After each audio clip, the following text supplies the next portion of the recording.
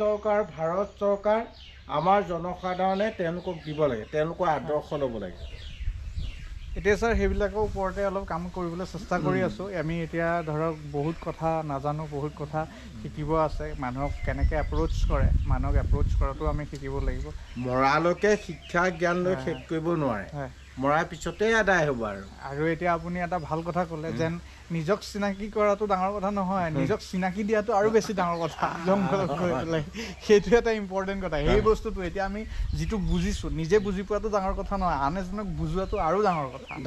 তাকে সেইকাৰণে মই আশা ৰাখিছোঁ অসমৰ ইউটিউবাৰে হওক, যিয়ে নহওক চেনেলবিলাক এইখিনি তাৎপৰ্যপূৰ্ণ গাঁৱত মানে প্ৰেক্টিকেল নাই। তুমি যেনেকৈ দিল্লীৰ পৰা আহিছা মটৰ চাইকেলৰ গাঁৱে ভূঞে মোৰ ঘৰলৈ আহিছা, এনেকুৱা প্ৰেক্টিকেল নলেজ লৈ পেলাই যিখিনি বিশ্ব দৰবাৰলৈ নিব পাৰে, তেওঁলোকে সম্পূৰ্ণ দেশ আৰু জাতীয় প্ৰেম তাতে অনুভৱ কৰিব পাৰে মানে।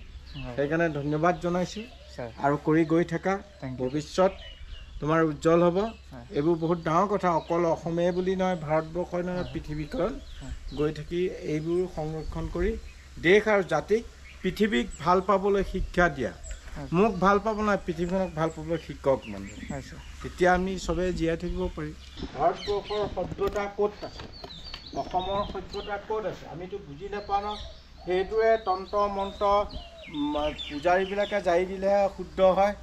মৌচুম টাইম আহি গ'ল নহয়, সিহঁতে হ'বই আৰু ইয়াত পুতি দিলেই হ'ল, সিহঁত নমৰে যে।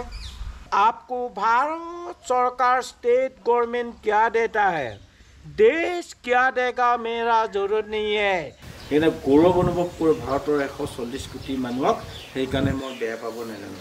ইমানবোৰ জনগোষ্ঠীয় মানুহ থাকোঁতেও, বিভিন্নবিলাক মানুহ থাকোঁতেও এই মানুহগাল একেলগে থাকে নে? আমি আৰু কিমান 65 বছৰ হ'ল আৰু 30 বছৰ হাবি কৰোঁতে গ'ল, 12 বছৰ এৱাৰনেছ কৰোঁতে